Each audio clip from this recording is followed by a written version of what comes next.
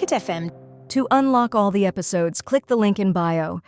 Seeing that Talia didn't respond and that Damon didn't react, Casey felt emboldened. "Answer me!" Casey hissed at Talia and spoke to Damon without removing her gaze from Talia. "Is this how your Omegas act? You really need a Luna to teach them some manners. Sneaking in the dark and stealing food, and then they even refuse to respond? That's enough, Casey." Maya spoke sternly from the door. Maya's heart cracked when she saw Talia's submissive stance. Casey didn't have any aura, but Talia seemed a broken soul who needed a supportive environment. Maya walked to Talia and asked softly, "Are you okay?" Talia nodded faintly, but Maya knew that Talia lied. Maya narrowed her eyes at Damon and spoke through the mind link. "Is this why you brought her here? I thought you promised her protection and not another type of hell. Come, let's get out of here."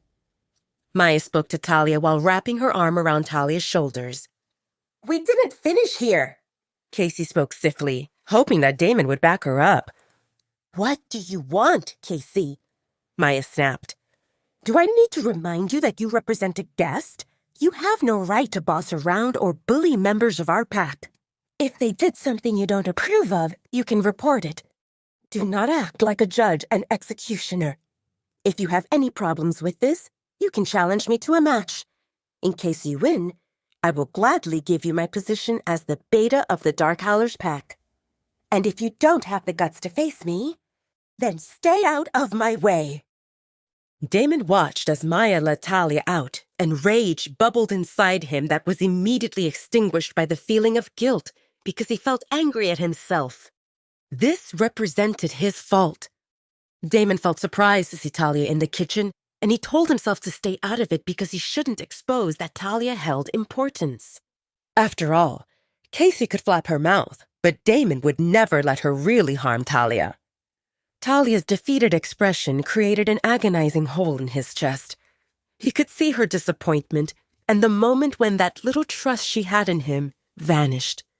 The pain felt unbearable. "Talia is upset because of me," Damon spoke to his wolf. "You stood and did nothing while that she-wolf disparaged our mate, and you broke the promise of giving her food because our mate left without eating anything. Again, and let's not forget that the same nasty she-wolf attached herself to your left." His wolf spoke with disapproval before retracting to the back of Damon's mind. "Maya, can you make sure that Talia gets something to eat?" Damon asked through the mind link. "Oh, so now you care about Talia?" Maya snapped at him. "If you cared a minute ago, Talia would pick her food and not be chased out like a thief." "Don't talk to me like that," Damon growled. "Oh, I apologize, Alpha Damon. Where are my manners?" Maya responded sarcastically. "I suggest that you stay away from Talia. Stick to Casey. That's what you excel at, and leave this poor woman alone. She suffered enough. As your beta, I will take the responsibility of arranging different accommodations for Talia." "No!" Damon shouted into the mind link, but his message hit a wall which told him that Maya shut him out. "Don't pay attention to Casey," Maya told Talia when they exited into the garden. "Casey talks big, but she represents no one. She wouldn't dare to harm you." Talia didn't respond. If Casey represented no one, why didn't Alpha Damon say something? Why didn't he clarify that Talia lived here? Why did he act like he didn't know who she represented? "I didn't steal," Talia spoke after some time. "The lights stayed off, and I assumed that everyone slept. I didn't need lights, so I didn't turn them on." "Our Omegas don't linger in the pack house," Maya explained. "They come once a week to clean and do laundry. They help with food preparations when we host a party, and you might find one or two of them in the evening hours helping Steph with dishes, and they turn off the lights when they leave because we don't have visitors after dinner hours." Talia thought about how that differed. In the Red Moon pack, they had Omegas around until midnight, and the first ones would start their duties at dawn. That's why Talia assumed it seemed very late and no one stayed awake. If she knew, she would turn on the lights, and maybe that would allow her to avoid this all-too-familiar, uncomfortable situation. You went to the kitchen. Maya spoke. Do you feel hungry? No. Talia denied it.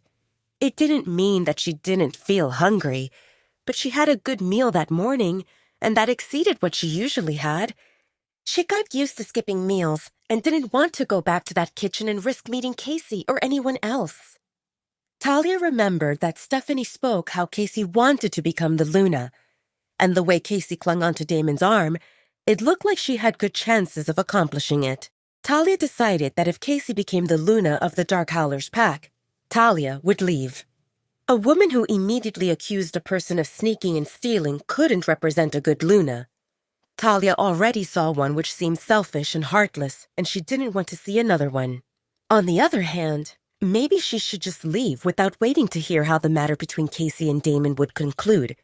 Because an alpha who could watch while another person got wrongly accused and say nothing about it didn't represent a righteous alpha. Somehow, Talia thought that Alpha Damon differed. Do you want to go inside? Maya asked Talia. Talia wanted to go into the forest, but she feared that if she spoke that to Maya, she would prevent her from going. After all, Alpha Damon told Talia that she couldn't go beyond the garden without notifying him. But then, he spoke that no one would bully her either. Feel free to go back, Talia spoke with a small smile. I'm sure that Beta Caden waits for you. I will stay here a bit. I will be fine. Okay. Let's go shopping for clothes tomorrow afternoon. Maya spoke and continued without giving Talia time to respond. Talia, think about what you want. I don't say this to sway you one way or another, but I want you to stay aware of your surroundings. I can arrange for you to stay with the Omegas. That will help you blend in. Or, if you prefer on your own, we have apartments. Talia felt unsure what to say. She didn't want to stay in the pack house. Yes, the room seemed nice, and the bed felt warm, and the towels felt fluffy, but the alpha only brought trouble with him. And based on tonight's episode, it seemed that whatever protection he had for her, it ran out. But she felt anxious at the thought of living with Omegas because those represented her bullies from the past. And she never lived on her own, so that represented a completely foreign concept. Maya saw that Talia stood on the verge of panic, so she quickly spoke. You don't need to decide now. I advise you to stay here at least until your bruises heal. But think about it, okay? Options exist for you. No one will force you to stay here or anywhere else. I will make sure of that. Talia relaxed a bit. Thanks. My room stays on the second floor. When you climb the stairs, take right. It represents the last room on the left. Maya spoke and pointed at the last 3 windows on the second floor. The light stayed on. If you need anything, anytime, come and find me. With that, Maya left Talia in the garden. Talia found herself surrounded by silence that broke by the occasional rustling of leaves under the breeze. It felt familiar, yet somehow she felt empty, like she lost something. She lost hope. Talia exhaled softly and shook her head. It represented her fault. Since she accepted Alpha Damon's offer, she allowed herself to hope that things would get better. And this didn't seem better. It seemed the same, but wrapped in a different container.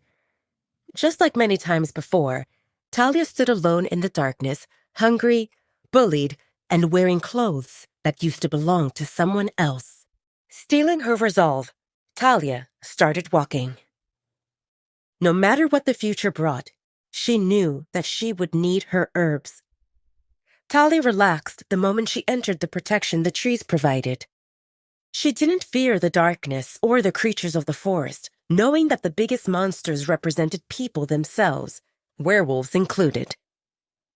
Step by step, Talia made her way deeper into the forest, and she carefully placed collected plants in the few sheets of paper towels which she took from the bathroom and concealed under the elastic of her leggings. Bunchberry, fringe cup, moonflower, alum root, they all stayed there, offering to Talia their leaves and petals like they knew she came.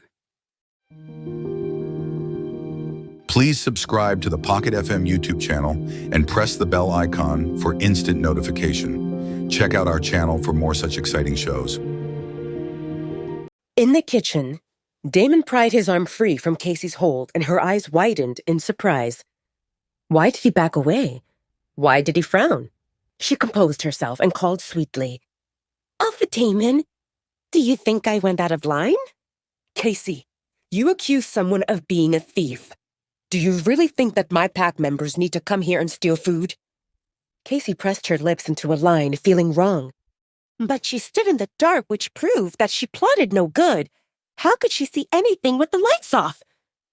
Damon took a moment to process what Casey spoke, and he realized that Casey had a point. Talia stood in the dark. The light in the kitchen stayed off, and so did the one in the hallway. The visibility approached nil. Werewolves have enhanced senses, proportional to the strength of their wolf. Casey represented a weak werewolf, and the boost her wolf provided her seemed negligible when compared to other werewolves. However, Talia moved freely in the completely dark kitchen, which she didn't know.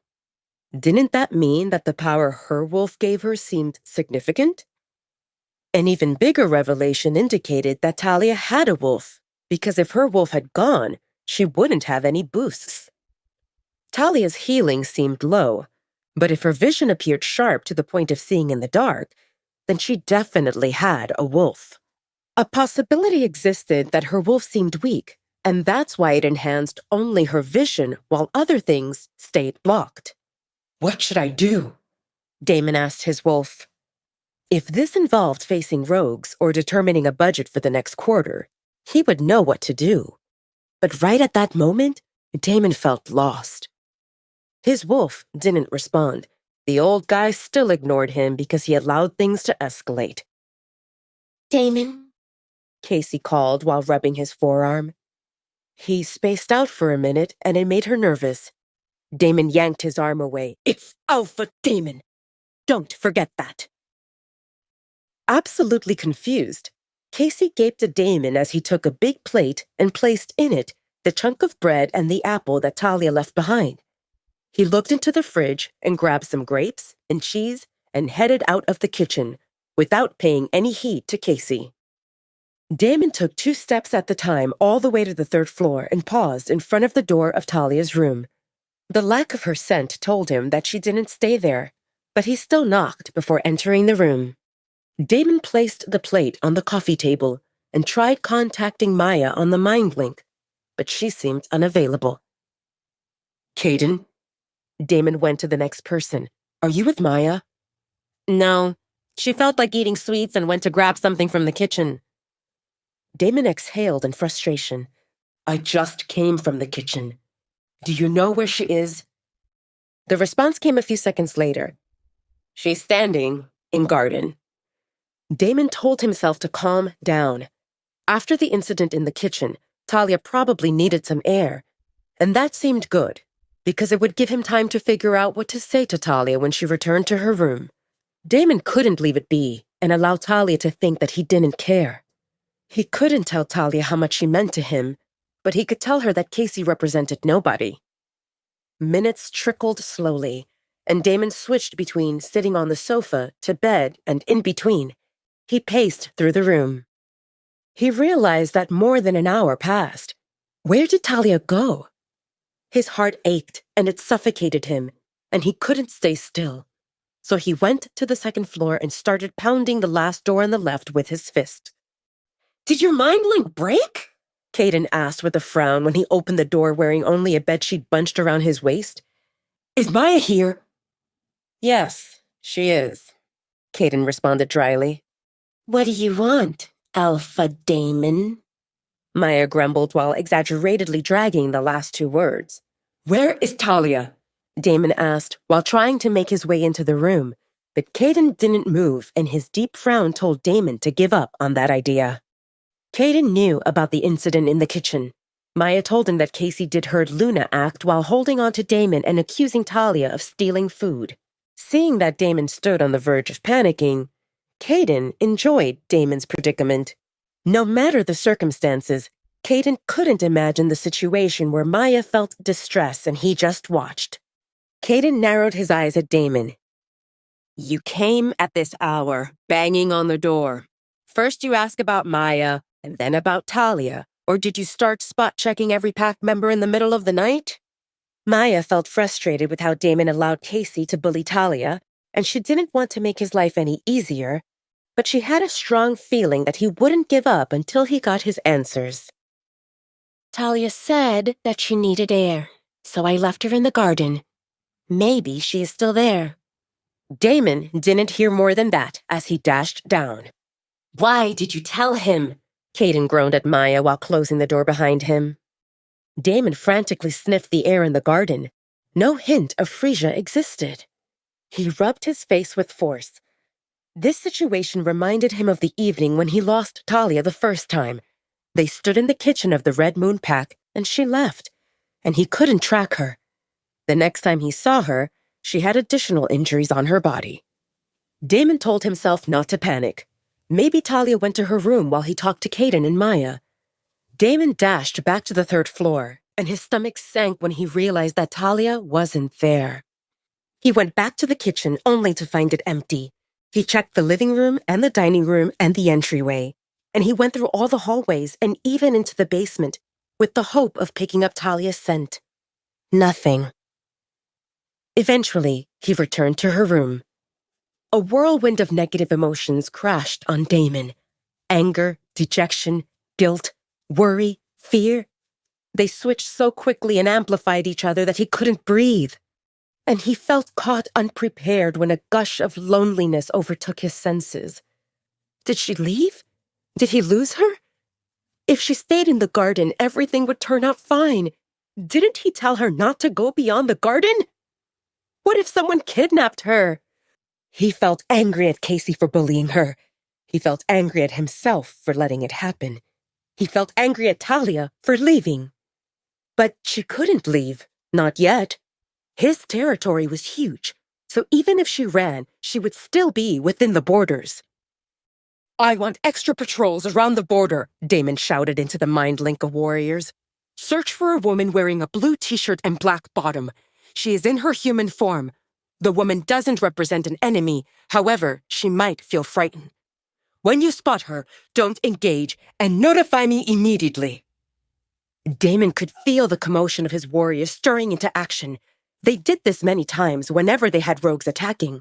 Damon wanted to go after Talia, but he didn't know which way she went. What if he took the wrong direction? What if she came back and he didn't stay here? Damon sat on the bed and grabbed the pillow on which Talia slept. He buried his face in it and took deep breaths. The scent calmed him a little, but it also reminded him of the woman that went missing. And this didn't represent any woman. This represented his mate. Damon couldn't believe that this happened. He didn't want a mate. He didn't want to meet her or acknowledge her. He hoped that all these foreign feelings would disappear, and he contemplated leaving Talia at the Red Moon Pact and forgetting about her. Damon took the plunge and brought her with him, risking the exposure and endangering his pack because he couldn't leave her behind. Not like that.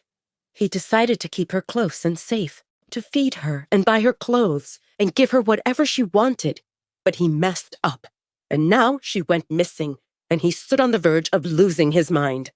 She was somewhere out there, in the cold, hungry, hurt, scared, and it represented his fault. Please subscribe to the Pocket FM YouTube channel and press the bell icon for instant notification. Check out our channel for more such exciting shows. Pocket FM. To unlock all the episodes, click the link in bio.